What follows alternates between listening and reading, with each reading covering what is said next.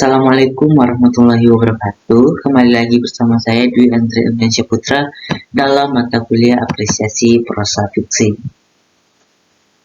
Berikutnya kita masuk kepada pengertian apresiasi prosa fiksi. Apresiasi adalah salah satu penghargaan yang kita berikan untuk satu karya fiksi.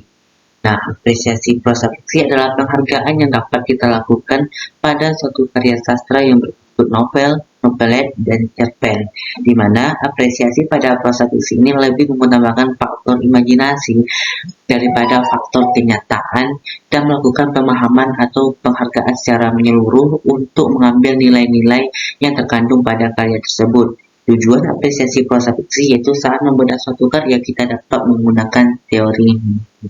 Nah, prosa fiksi adalah prosa yang berupa cerita rekaan atau khayalan dari pengarangnya. Isi ceritanya tidak sepenuhnya berdasarkan pada fakta. Prosa fiksi tersebut berbentuk cerita pendek atau cerpen, novel, dan dongeng. Berikutnya kita masuk pada tahapan apresiasi prosa fiksi. Yang pertama ada penikmatan.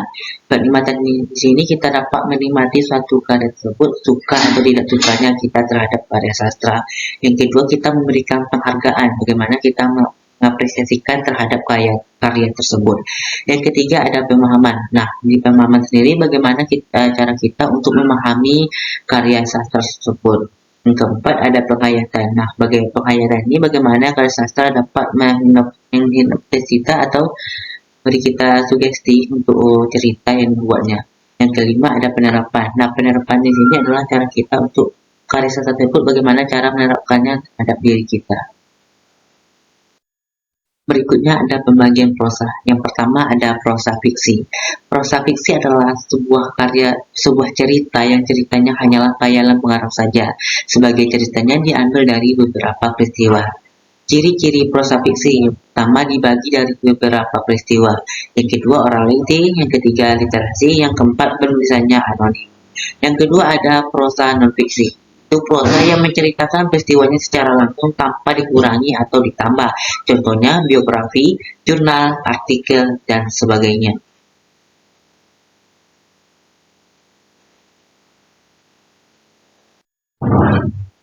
Berikutnya ada penyakit cerpen Indonesia. Menurut Sutarji Kalzombakti, adapun penyakit cerpen di Indonesia yang pertama abstraksi. Abstraksi merupakan suatu bagaimana mereka mengembangkan cerpennya atau karya sastranya dengan mempunyai nilai moral. Yang kedua terlalu banyak ide. Yang ketiga kurangnya disiplin dalam menulis.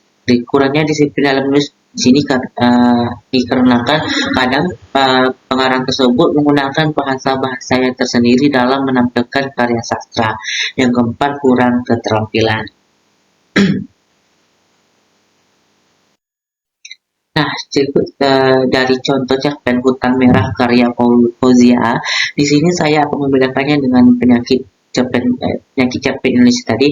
Yang untuk abstraksi tersendiri mereka mempunyai nilai abstrak, mempunyai moral, yaitu seorang anak yang ingin membantu ibunya dikala ibunya terjebak dalam kondisi apapun, tetapi walau saat itu anaknya tidak merasa kuat.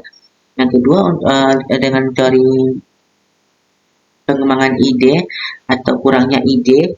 Untuk ide tersendiri cerpen Hutan Merah karya Fauza ini tidak terlalu mengembangkan ide, yang mana idenya hanya satu dan terfokus pada ide tersebut.